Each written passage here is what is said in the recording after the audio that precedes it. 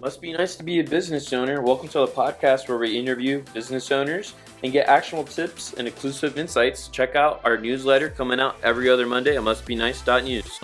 Luke, who are you, man? Where are you from? I know that you're an investment strategist and a wealth manager. You've been, a co-founder of an entrepreneurial journey that, if you want to speak on it, that I saw on your LinkedIn for cryptocurrency as well, right? And on top of that, I know that you're from Ohio, and that when that major spill happened, I was hearing you speak about that and your personal experiences with your family. So, yeah, man, I just who are you? Where are you from? And what's your story, Luke? So I speak very loudly and I annoy people. That's who I am, I guess. No, I come from small town Ohio, Southeast Ohio, like you kind of mentioned, very small, tight knit, like 5,000 people, right? And growing up in that environment, you grew up with great values. I'm very fortunate that I grew up with very good family values. People around me, neighbors that were like grandparents to me, right? It was a very blue collar area, coal mines, steel mills, right?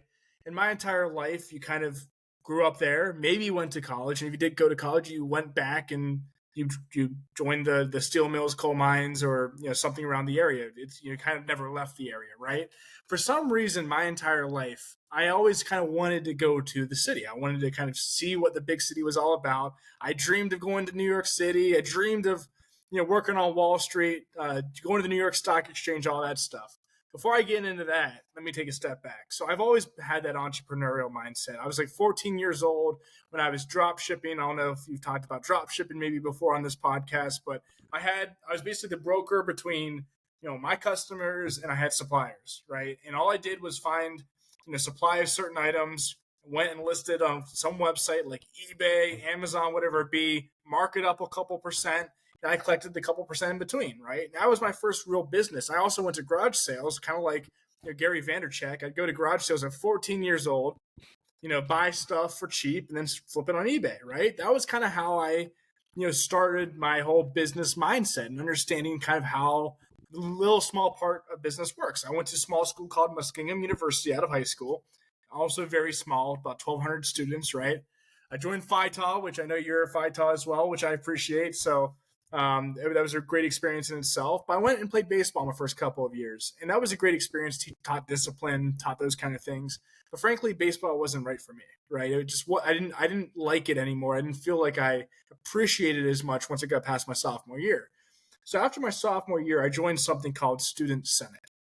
Sounds so nerdy. I was like the student body president. I can't. Looking back, I'm like, wow, that's kind of nerdy thing to do. But I also was on the board of trustees because of that. So being on the board of trustees, I got to meet the biggest donors to the university, right? Some of the biggest names, some CEOs of small business or even large corporations. One of the guys was editor-in-chief of CNBC.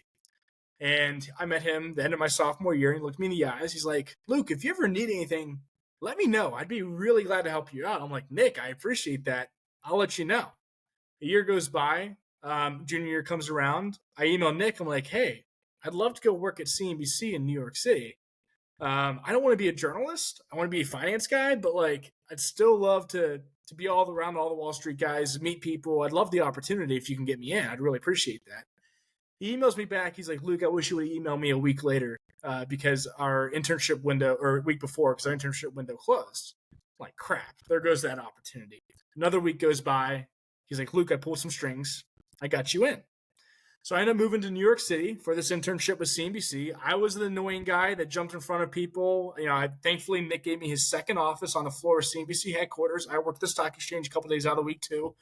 So the second office was right on the floor. So everyone had to come through me that was going on set. So I was the annoying guy jumping in front of people saying, hey, love to take you out for dinner and drinks. Go smoke a cigar or something. Love to pick your brain. One of the guys I ended up meeting and staying in touch with was Mark Tepper, who's my mentor, my current boss at Strategic Wealth Partners.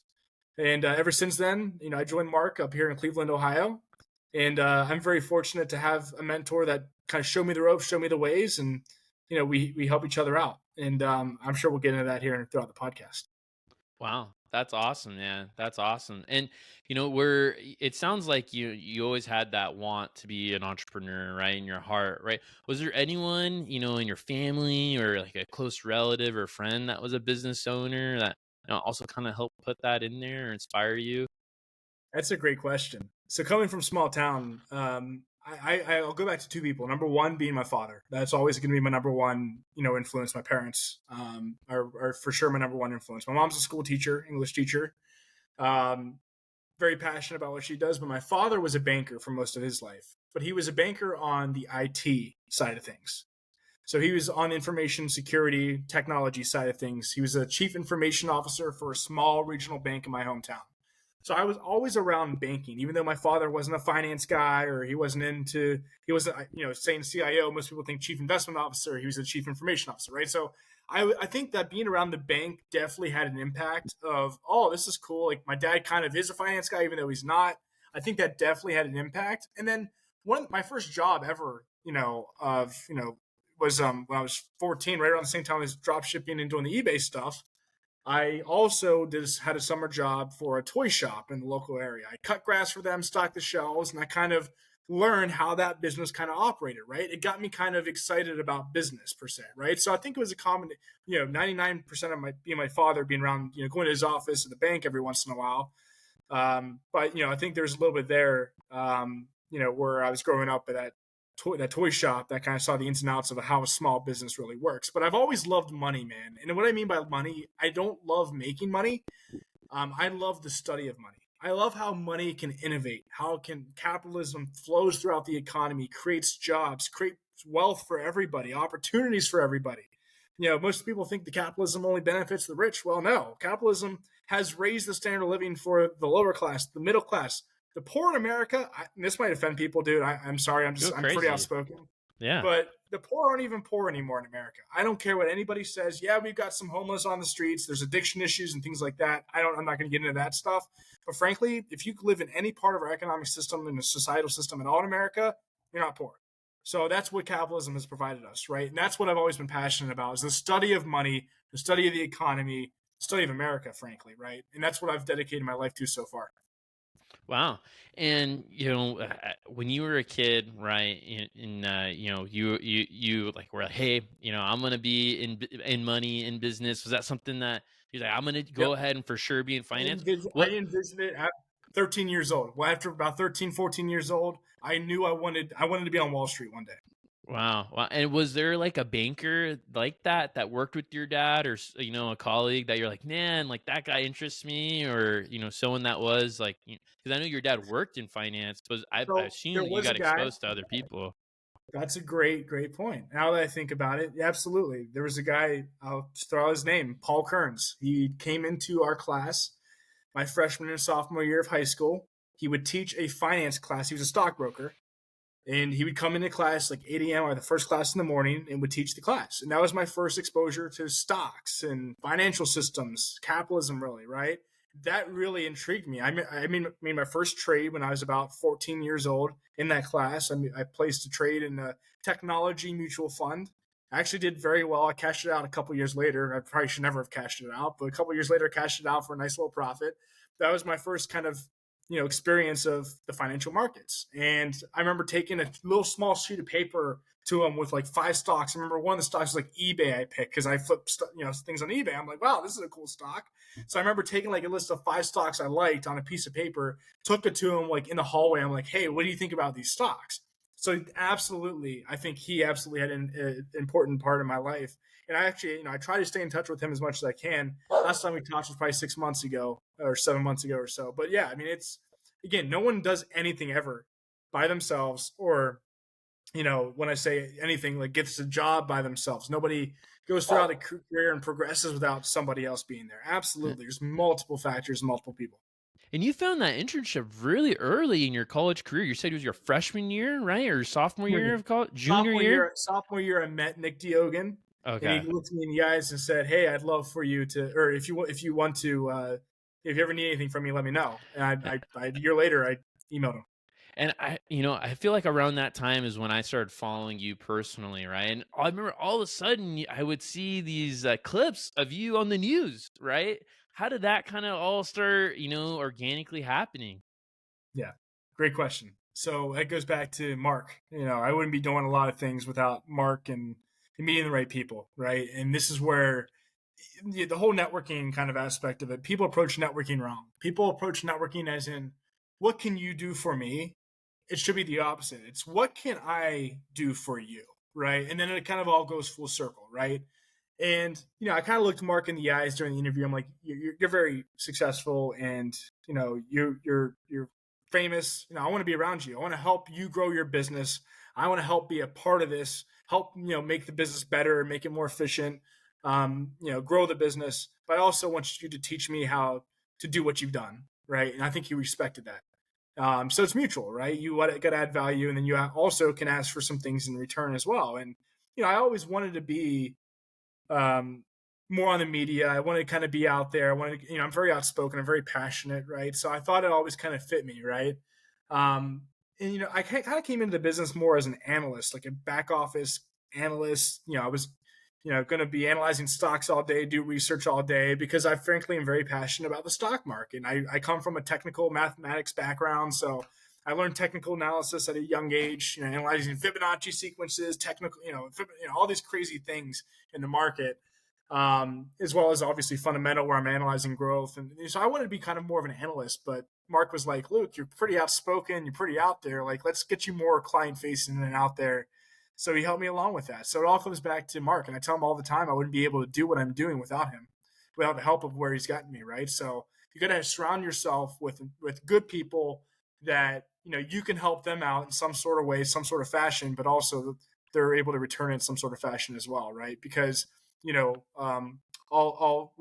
the saying? Something like all ships lift all, something once, I don't know. There's something, all boats can rise at the same time, right? That's great. And so, I obviously, I know that you have a certification, right, for your finance profession, and you also, you had this opportunity. How did you go about, for lack of words, milking this opportunity of being able to go on TV, speak about finance, get yourself the certification you need, join the team that you need to be, and then also kind of do the side hustle in cryptocurrency? How did that all start?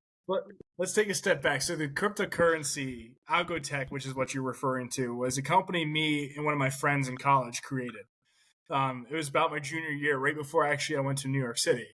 And what we did, that was during the time kind of AI was starting to make more of a kind of name. I know it's even crazy now what you hear about what AI can do, but that was kind of when, programming AI was kind of really starting to take off a little bit. And he was a programmer and I was a finance major and very passionate about it. So I'm like, hey, we're doing all this technical mathematics behind the scenes. Why don't we actually put code to this and see if we can create some algorithms to trade the financial markets?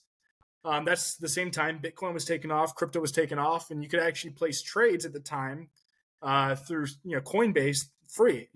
Every trade you made was free. So we basically put a computer program algorithm to Coinbase through their API and was trading cryptocurrency. And we were actually pretty successful at it. The algorithm worked on a small size basis, right? We really never tried it with a large amount of money, but the $100 account we were trading it with was performing pretty dang well, outperformance. So what I did actually in New York, one of the things I did was, I'm very thankful looking back on this now. I get to be on TV with, I was just on TV with Pete Najarian, one of the, ponytail, we used to say ponytail power because they both were the ponytail guys on TV at CNBC. Me and Pete were just on Fox like a month ago with each other. That's really cool from my standpoint because I was, I thought it was the coolest thing in the world being around them, just 6 years ago. And now we're on the screen together. But anyway, John Najarian, his brother, I pitched Algotech too. I'm like, hey, would love to, see what your thoughts are on this, see if maybe you could help us get an investment or raise some capital, whatever it be, to take this further. Again, another way that I got to see how business works, another way that I kind of understood more about the financial markets. Frankly, I don't do much with it now. It was a great experience in college, and maybe down the road, who knows, something will come of it. But I've been so busy with, with building strategic wealth partners up with Mark and having the mentors. I've been focused on that way more right now. But I'm very thankful I've had that experience to kind of learn the mathematics side of it, and then how Citadel and these largest BlackRocks, these big institutions are trading money. Yeah. And I know in your business, right? I assume from what I've heard of my, fellow friends in finance, it's a lot of networking, right? It's not necessarily, cold, marketing, right? How do you find your customers? Is it, is everyone seeing you on the news and then contacting you? Or is there's, something that's going on with Strategic Wealth Partners where you have kind of a Yeah. marketing engine? So as I said, alluded to before, I'm very passionate about what I believe in, right? And it's not only about stocks. It's not only about the markets. We've got a great team at Strategic Wealth Partners that are, Mark's a great business owner. What I mean by that, he's great at putting people where they're supposed to be, right? So when we have financial planners, they build our financial plans. We have CFAs, chartered financial analysts, that all they do all day is manage the stock portfolios. We've got advisors that are there to be with the clients, answer client questions, do review meetings, things like that. We've got a CPA that does the client taxes, right? So everyone's kind of in their lane. So that way we're all not spread too thin, right? A lot of people try to do everything. There's no way you can be great at everything, right? So that's one thing. That's one way we are able to kind of scale our business, which ultimately lets us hire more people, which ultimately adds a better service and adds a better product to our clientele, right? That's one. Number two is to actually get them in the first place. Most of our clients believe in what we believe in, like how passionate, what our passion is, when it comes to not only stocks, when it comes to even politics, when it comes to the government, frankly, to throw it out there, we're patriots, like patriotic. We like America. We stand for capitalism. And frankly, we have that more conservative libertarian perspective. We want the free markets and capitalism to work properly. We don't want the government to intervene with our money. You're better at spending your money than the government is. We don't want high taxes, right? So we're very outspoken about the economic values that we believe in, which kind of coincides with politics. And most of our clients, agree with that, right? And that's what I would say it kind of differentiates us from a lot of people, right? And when we're all on the same page, we can all grow together. So I think that's definitely something that that helps us out, which ultimately helps our clients out. That's awesome. And so, is it you're finding, your clients are coming up to you constantly through this kind of network, or do you find yourself kind of like on LinkedIn? You're pretty famous, brother. You got about 50, was it 15,000 followers that you got on LinkedIn, or are you commenting all time on LinkedIn and they're following you and your content? How are So it all goes people? full circle, right? Yeah, It all goes full circle. We get referrals. Obviously, that's a big way that most financial advisors grow. Is you do well for your clients, they're gonna tell their friends and family about you, and then you're gonna bring them on, right? So referrals is a big part. Obviously, media, being outspoken about what we believe in, is a big part. Whether it comes directly from the media appearances directly or through social media, like you mentioned on LinkedIn, whatever it be, right? It's about using that. We put them on the website, and they're always there for people to go back to. SEO marketing, right? I mean, that's definitely plays a part from the website. When people Google, the latest and greatest about tax policy, latest and greatest about what the Federal Reserve is doing, you're trying to come up as high as you can on those results, right? So what you do with SEO is obviously very important in today's world. But one thing that I've been focused on is I'm starting to go to more conferences. The media side's opened up a little bit of doors to speak at conferences, to moderate panels. I'm moderating a panel next week in Dallas, which is going to be a really cool experience. Speaking on panels, things like that, right? So not only are we bringing on clientele from directly from them reaching out or directly the individual itself, where we've been finding opportunities where maybe someone listening to this podcast, actually, I'm not trying to sell, but or somebody maybe this could work out for, is we're looking to bring on other financial advisors, right? People have done a great job building their books. Maybe they're one-man shops. Maybe they have a $40 million book. They manage $40 million in assets, and maybe hiring people is hard in today's world. People don't want to work anymore, right? People don't want to do their jobs. They want to be lazy, frankly. And we've been finding opportunities. That's, our name says it, Strategic Wealth Partners. We're looking for other partners to join our firm. So when I go to these conferences, it's an opportunity for me to meet cool people, network, kind of like you said, just rub elbows and talk about our business and see if there's any synergies. Maybe they have strengths that we don't have. Maybe, we have strengths they don't have. Maybe there's a way for us to partner in some sort of way, some sort of fashion. So you kind of got to think outside the box sometimes, man. Yeah. And I bet you have so many memorable interactions, right? With but what were some of your first most memorable interactions, kind of maybe your first kind of clients, or some of your biggest wins or accomplishments you'd love to speak about? Um, that's a great couple questions. I guess recently, throughout your career, there's defining moments you look back on that are like, I wouldn't be able to do what I'm doing currently if this didn't happen, right? And I can go back to a couple, right? One, being one I already mentioned, meeting Nick Diogan, leading me to CNBC. That was the big one, right? That was a big one that kind of set me on the path. The other one was meeting Mark Tepper. Meeting Mark, leading me down the path of having a great mentor, giving me the opportunities, right? And then the other thing is being able to run with the opportunities. So the first opportunity I got was in 2019 from the media side of things. It was Nightly Business Report on PBS, which was like a show that CNBC actually produced. It was like a show for 30 years. And it was like in October of 2019. Mark was like, "Hey, I can't take this. I got other things I got to do. Luke, if you want to take this, more than welcome to." I'm like, "Heck yeah, I want to try this out." I ended up doing the media appearance. Looking back, I'm like, "Wow, that was pretty rough," but I got invited back, and I got invited back in November of 2019, then December of 2019, and then guess what happened?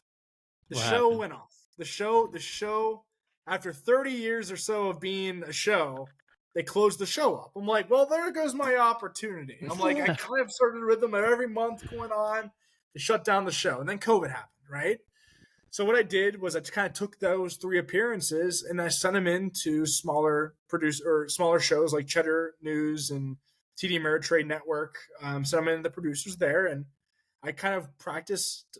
Frankly, when you start media, you don't know how to talk. Like you don't know how to operate in front of a camera, right? So I kind of started practicing. You kind of know what you want to say. You know how what you're saying, but at the same time, you may not come across the right way, right? So I kind of had to practice how my delivery, how fast I was talking. I like to talk very fast, right? So I had to really slow down, right? And Mark actually, was the first guy that sent my TV appearance from like Cheddar on into one of the producers at Fox, and they had me on Maria's show. And this was 2020, the late 2020 on Fox Business, the morning show, and that was when Bitcoin was taking off. Essentially, the first time I went on Maria's show, the Fox, that was when Bitcoin was taking off, or like was in the conversation at least. And that Bitcoin was like $10,000 a coin at that point in October or so of 2020. And they asked me about Bitcoin the first time I went on, and I said, with all the liquidity, all this trillions of dollars we just printed, or trillion back then, whatever it be, like we shut down the economy, we printed all this trillions of stimulus, we lowered rates back down to 0%. I'm like, there's a lot of speculation out there. I think Bitcoin's going to go to $20,000 by the end of the year. That's like 3 months away. Everyone's like, who the hell is this young kid that's talking about Bitcoin going doubling in the next 2 or 3 months? He's an idiot. He doesn't know what he's talking about. Well, guess what happened? It ended up going to $22,000 by the end of December, right? And then what happened was someone on Twitter saw that call, and his name is Al. Me and him still are tweeting back. We tweeted back and forth today, but he was following me back then, and he tweeted like Charles Payne's producer, which is like the show at 2 p.m. on Fox, and said, "Hey, this young guy called Bitcoin perfectly. You should have him on." Well, then Charles Payne asked me on his show. I think Varney saw me on Charles Payne's show, and then Neil Cavuto saw me on Varney's show. So that's kind of how that all kind of spiked and happened all at once. And then ever since then, I've hopefully adding good content and hopefully adding value to the shows, and hopefully they'll keep having me back. That's awesome, brother. That is awesome. And so let me ask you this, right? Because obviously they're having you on these shows not only because you're outspoken, but also because you're extremely credible, right? You obviously have this wealth of knowledge, and look at your network. You're obviously absorbing some of the highest level of tips and expertise, right? What would what are you investing in? That you can speak about. Is there Yeah. anything that that normal people that could take away from what your strategies are, what you're kind of doing? Well, one thing I want to say is I have a great team behind me, right? I have CFAs, a team of 5 or 6 CFAs that are doing research all day that I get to absorb, right? We subscribe to a lot of third-party research that I read every single morning. Like, you got to put in the work, right? You got to actually read the stuff. If you get it, don't use it, then you're not absorbing anything, right? So I've got a great team behind me that helps me out. I got a lot of research I get to read, and then the key is the differentiator that you have to put on there is you have to come up with form your own opinions, take in all the data, take in all the research, and then formulate your own opinions about what's going on out there, right? So that's what I try to do. But from an investment standpoint, I mean, look, I don't want to throw out sometimes individual securities or throw out investment themes. They change on a daily basis, man, or on a weekly basis. I mean, what I like now could change by the time this podcast comes out. There might be something I don't like, right? Really, the key is especially when you're younger or normal people, like we're all normal people. First of all, let me just throw that out there, right? We're all just trying to figure out what the next big thing is.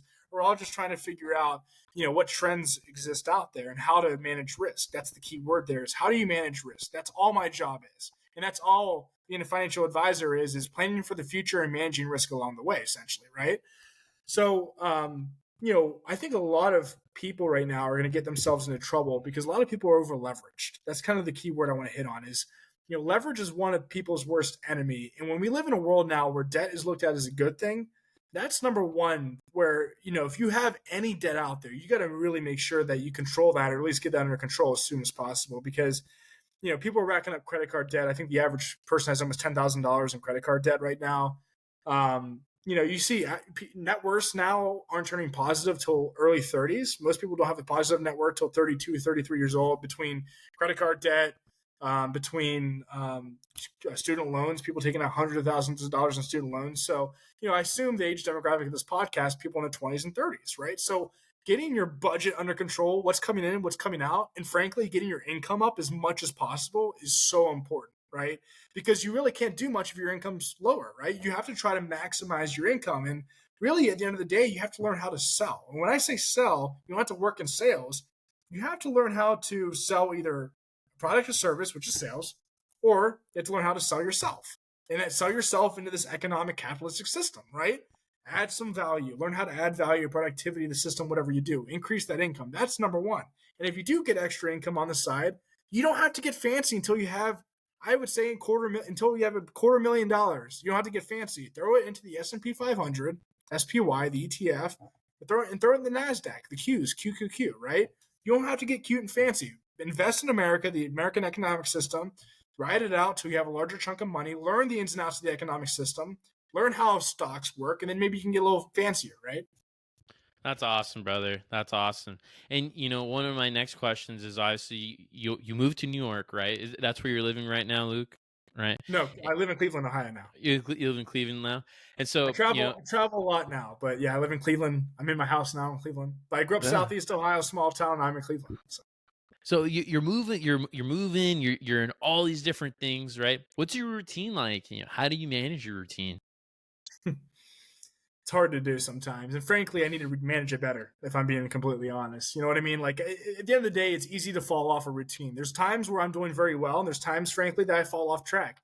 What I learn is when I operate best, I wake up in the morning about 5:30 a.m. I go to the gym at 6. I'm back in home by 7:30, take my shower, get in the office by 8:30. Like that's about the best morning I can have. But when you fall off track, sometimes it's easy to stay off track. So the past couple of weeks, frankly, I've been sleeping in a little bit, which isn't good. I don't recommend. Like, get up early, go to the gym, get a workout in, get clear-headed, you feel energized, maybe take a little bit of pre-workout, right? Get to the office, and then make sure you have your day lined up. Like, make sure it's blocked off. Every second of the day is blocked off to be productive, right? So throughout my entire day, even if I have a slot filled, like what I like to do is the week before, I like to fill in my next week, right, from the previous week. If I see a gap in there, I'll block something off and say I need to do this during this time, because if I don't block this off, I'll get lazy or something like that, and I won't get something accomplished. Or we call it call it a multitasking tax. This is what we call it, right? So if someone comes in and talks to you in your office, whatever it be, during a time, it takes about 15-20 minutes for you to get back on track, right? The key is to keep your door shut.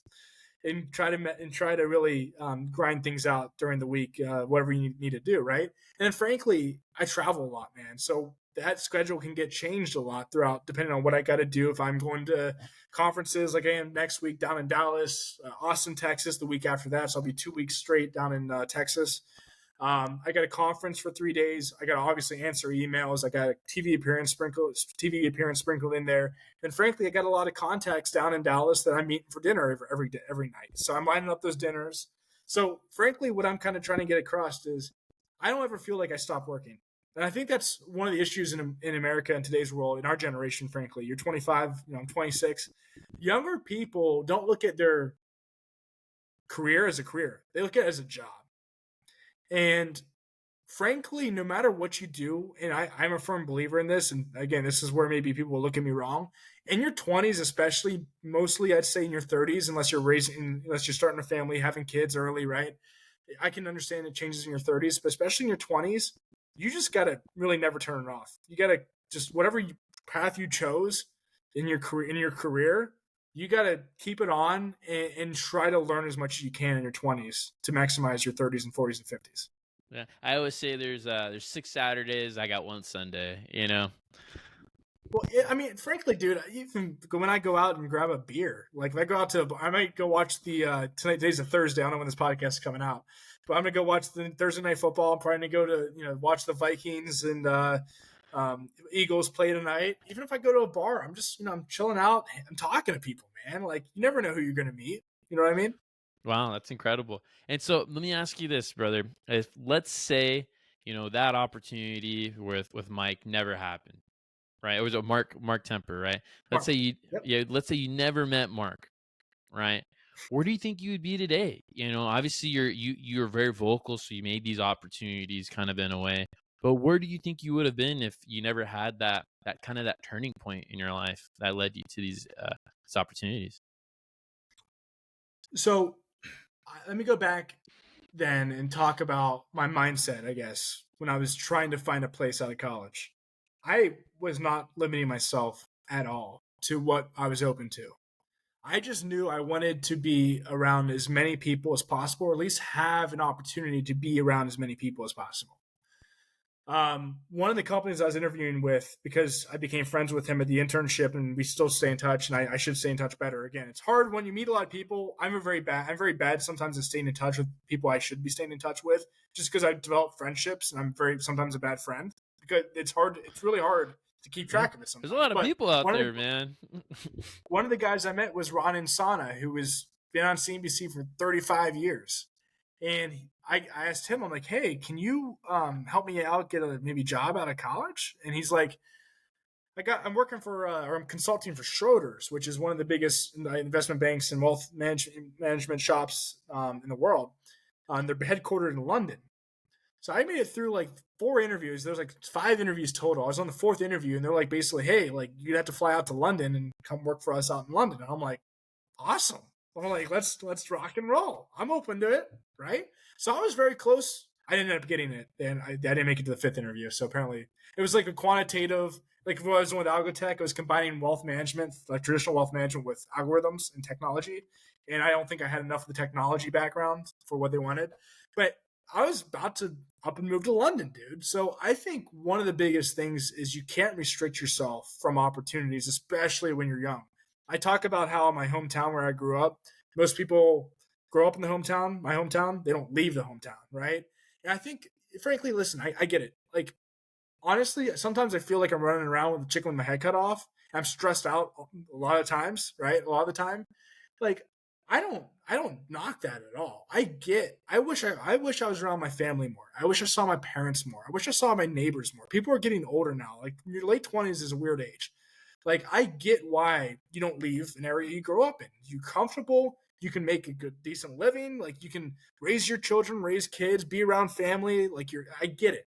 I'm not knocking that at all. But if you want to advance and try to make it, I guess, to the top, in my opinion, make it closer to the top, or if you want to, push this life as far as you can, you got to surround yourself with as many people as possible. So, frankly, if London wouldn't have worked out, if Mark, wouldn't have led me to Cleveland, I would probably be in New York City again, somewhere, somehow. Wow. And obviously we know where you were, where you are, where you even could have been. Where are you headed now? What's the next, couple of years look like? What is, Luke at 30 years old, look at Luke at, 50 some years old, look like? I wish I knew that answer. And this goes back to Napoleon Hill. I think we are talking before. I don't know if it's going to make it to the podcast, but I'll bring it up again. Napoleon Hill. I'm a firm believer in Napoleon Hill's kind of theories, and his base theory is whatever you think and truly believe in life will come true, right? So if I look back 5 years ago when I was 21, junior in college, I kind of imagined where I wanted to be. I'm like, I want to be up on the TV screen. I want to be on Wall Street. I want to be doing this stuff. A lot of that has come true with what I imagined, right? So I look forward 5 years from now, and I'm starting to really picture where I want to be. But the thing is, life gets in the way sometimes, right? Whether it's personal relationships, whether it's what you want to do with kids start to come in the equation, right? Do I want kids at 30 years old? Do I want kids at 40? Like that starts coming in the picture. So it kind of gets more complicated, I think, when you grow up, because you start really thinking about life choices more rather than just career, right? So if I look forward career-wise, just looking at the career 5 years from now, I'm a believer in what Mark is building and what we're building at Strategic Wealth Partners. And I think that, frankly, maybe not 5 years from now, but in the end, we could be up there with the Ken Fishers of the world, with Fisher Investments. We could be managing, we manage 1.2 billion or so now in assets. We could be managing $10 billion in assets 5 years from now, right? We could then, 15 years from now, we could be at 40 billion. Like, who knows, right? I think the sky's the limit because I firmly believe in our process, what we're doing, and I believe in Mark. And that's the thing, like, when you find somebody that's driven, that's doing well, and that you can keep on benefiting and growing with them, helping them grow, I think that I can be there alongside and help and be a part of that, right? So there's no reason for me to think otherwise. And as long as that kind of way of thinking remains true from both sides, then that's where I want to be. Building SWP's brand, but obviously building my brand as well, because we both can grow together. Wow. Wow. And, what advice would you give to someone who's, a business owner, that is, starting out, getting into their steps in this world, wanting to, explore Yeah. that passion in their heart to, start a product or a service? What would you, recommend to them? Well, if you're a business owner, take risks and don't be afraid to take risks. If you fail, you can always jump, especially if you're young. You don't have anything to lose. If you're starting a business up, bootstrapping it from the ground, you have nothing to lose. And don't be afraid to punch people in the mouth, like when needed, right? Like, don't be afraid to be outspoken, to believe in what you have, right? But that comes with taking risks. So that's number one. Is most business people fail because they procrastinate, they don't take risks. If you aren't a business owner, and you're thinking about one, learn how to think like a business owner. This comes back to the whole mentor mindset. Like, Mark's taught me how to think like a business owner, being around him and just observing the way he thinks, the way he does things, right? Surround yourself with people that understand business and ask them questions. Shut up and ask questions. That's all life is, frankly. Yeah, I know I'm talking because I'm the one getting interviewed now, and that's what I do on TV when I get interviewed. But I learn way more by just asking good questions and absorbing it, right? So, I mean, frankly, most of the time when I'm not on TV, doing podcasts, interviews, wherever it be, I'm just asking questions, man. And it gets me thinking, right? And don't be afraid to think differently. Don't be afraid to take different sides. That's how you learn. Yeah. And, obviously you're, on TV all the time and you're, consulting to, the masses, right? I know you had this opportunity that got you on CNBC, and you've definitely even, done even more work on top of that to really grow it and stay on the media. What would your advice be to someone who, has something that they're really passionate about, and wants to be on media, just like you? Yeah, great question. Be outspoken, like I was referring to. Like, don't be afraid to take a stance. Most people don't take stances; they just stay in the middle. It doesn't have to be politics. It can be, whatever opinion they have. They're afraid to take an opinion. Like, just be outspoken and be passionate. I think that's one thing that I'm just a very passionate guy, right? And I think that a lot of people don't have passion. They and once you start to learn that, especially from a media standpoint, listen, I almost had a heart attack. The first time I did media, I felt my heart bounce out of my chest, and I thought I was going to die. Like, I literally thought I was going to have a heart attack because I was so nervous, right? I didn't get comfortable doing media until probably a year and a half, 2 years of doing media. Until probably about a year ago, like year and a half, year ago. I didn't really start feeling comfortable. And then I started doing media appearances in person and going flying to New York and being on set. That's a whole different opportunity in itself. Did I feel comfortable doing that the first time? Absolutely not. It's new experiences. Of course, you're going to be a little nervous. You don't know exactly what's going to happen, what questions they're going to ask, right? But if you believe in yourself and you're confident and you know if you know that you know your stuff, right? And you work hard and you keep up with everything, there's no reason to be nervous. And if you are nervous, don't be get outside your comfort zone. Don't not take opportunities because you're nervous or scared, right? And I think that's one thing that really keeps people from moving ahead is that they don't take opportunities because they're afraid to get outside the comfort zone. Frankly, I have this, the YOLO mentality. You only live once. Yeah. Most people use that in a negative context. Like most people use that context as in like, oh, I'm gonna go crazy. I'm gonna get drink too much tonight because it's YOLO, or I'm gonna go party because YOLO, or they use it in this kind of context. I use YOLO almost in the business context. As long as I'm managing risk, whatever it be, I do. But like I use that like, what's the worst that can happen? I'm like, I'm gonna experience the fullest of life because you only get one life, and like I'm gonna see what I can do, right? So I'm not gonna be scared to go to New York on set with these big wigs and have dinner with these important people, whatever. I'm not like, we're all people. Like, why wouldn't I, right? That's awesome, brother. That's awesome. And any final words of wisdom to aspiring business owners and business owners alike?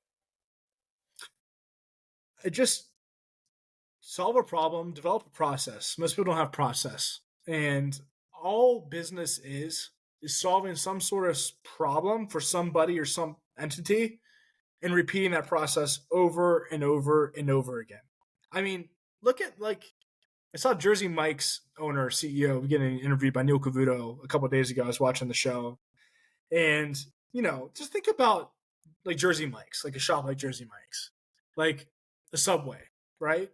If you know how to make one of those businesses, like something, a sandwich shop, operate efficiently, get some customers in the door, have a $5 foot long, which is probably a $10 foot long now, whatever it be, like have that process in and get people, your numbers. It's all really quantifying it down. All you need to do is redo that again over and over again throughout, thousands of different areas, right? So like, it's just thinking like that. Like all you need to do is solve. I think we spread ourselves too thin. We think too much. And we try to be the best of both worlds or best of all worlds, right? We try to spread ourselves thin. Do one thing really well and just repeat it over and over again. That's my advice. I love it.